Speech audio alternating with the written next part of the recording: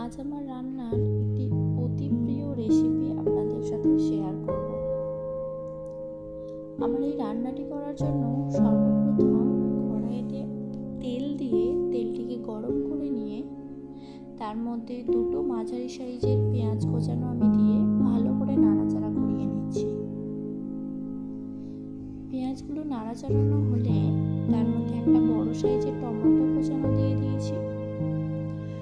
এটিকেও দিয়ে ভালো করে দুটিকে একসাথে আমি নাড়িয়ে নেব।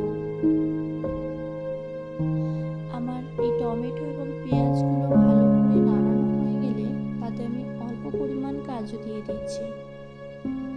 কাজুটি দিয়ে ভালো করে নাড়ানোর পর পেঁয়াজ এবং যে টমেটোগুলো দিয়েছি সেগুলিতে ভালো করে সেদ্ধ বা একটু নরম করে নেওয়ার জন্য অল্প পরিমাণ নুন আমি অ্যাড করেছি। এর সাথে সাথে ছোট চামচের 1 চামচ গোটা জিরে এবং গোটা ধনে আমি দিয়ে দিচ্ছি। গোটা জিরে এবং ধনে দিয়ে ভালো করে নাড়ানো চাড়ানোর পর এতে আমি ছোট চামচের 1 চামচ চিনি অ্যাড করছি। যদি আপনারা এতে ঝাল খেতে পছন্দ করেন তাহলে কাঁচা লঙ্কা দিতে পারেন। এবং দেখে নিয়েছেন তার সাথে সাথে আমি একটা এলাচ এবং ছোট্ট দারচিনি অ্যাড করেছি। এটিকে ভালোভাবে নাড়িয়ে চাড়িয়ে দেখুন আমার লাল করা হয়ে গেছে। এরপর মিহি পেস্ট আমি এটা তৈরি করে নিচ্ছি এবং তৈরি করে দেখুন এটা আমার তৈরি হয়েও গেছে। আমি সাইড করে আলাদা জায়গায় রেখে দিচ্ছি। এর সাথে সাথে দেখুন অন্য একটি পাত্রে আমি একটু সর্ষে বাটা এবং পোস্ত দুটিকে একসঙ্গে বেটে তুলে রেখেছিলাম। তার মধ্যে 2 চামচ টক দই অ্যাড করে নিয়েছি।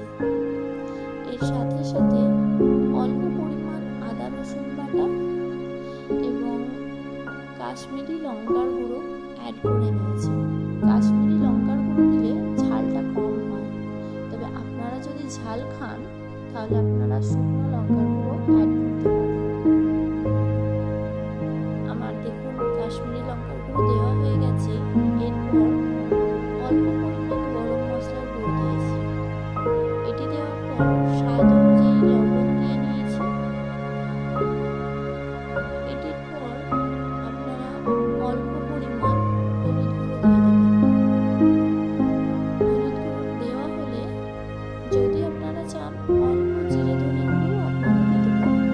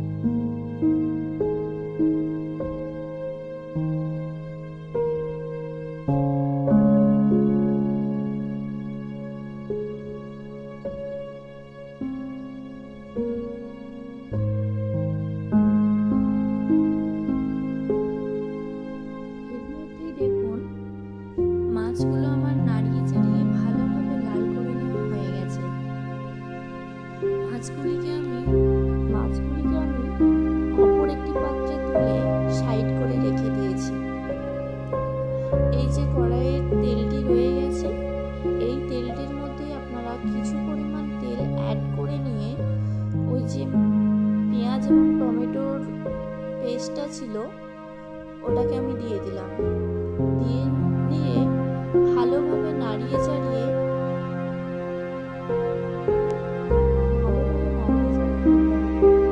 যতক্ষণ অবধি মশলা থেকে তেল বেরোচ্ছে ততক্ষণ অবধি আপনারা নাড়াতে থাকবেন। দেখুন এর মধ্যে আমার মশলা থেকে তেল বেরিয়ে গেছে।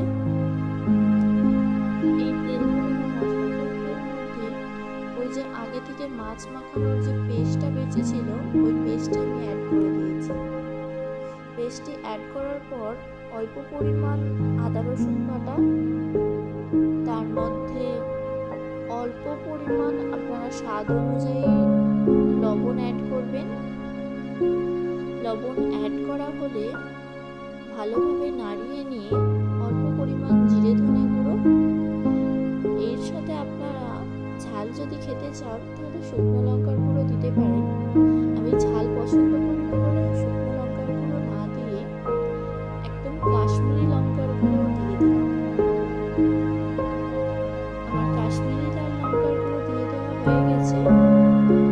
এরপর আমি এই যে মশলাটি আছে সেটাকে ভালোভাবে নাড়িয়ে চাড়িয়ে নেব। দেখুন আমার ভালোভাবে নাড়িয়ে চাড়িয়ে নেওয়া হয়ে গেছে।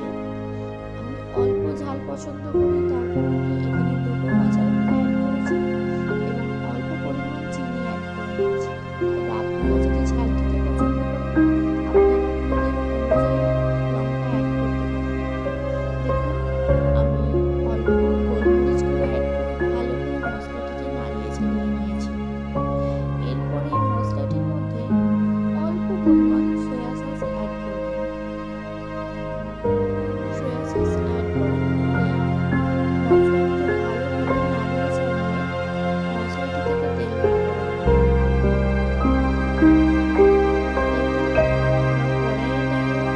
তেল বেরিয়ে গেছে। ভালোভাবে মশলাটিকে নাড়িয়ে নেওয়ার পরে চিংড়ি মাছগুলো দিয়ে ভালোভাবে আরো কিছুক্ষণ নাড়াতে থাকবেন। আমার মাছগুলো দিয়ে নাড়ানো হলে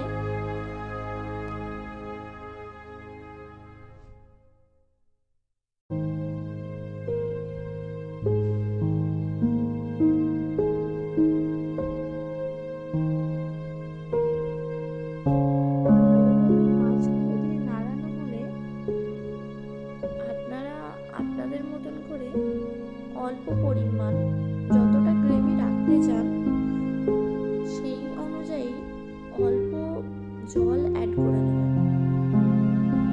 জল অ্যাড করা হলে ভালোভাবে নাড়িয়ে চাড়িয়ে ফুটিয়ে নিতে হবে, যাতে ওই মাছের একটা স্মেল থাকে ওটা কেটে যায়। ভালোভাবে ফোটানো হয়ে গেলে এই নিত্য নতুন চিংড়ি মাছের রেসিপিটা আপনারা গরম ভাতের সঙ্গে পরিবেশন করুন।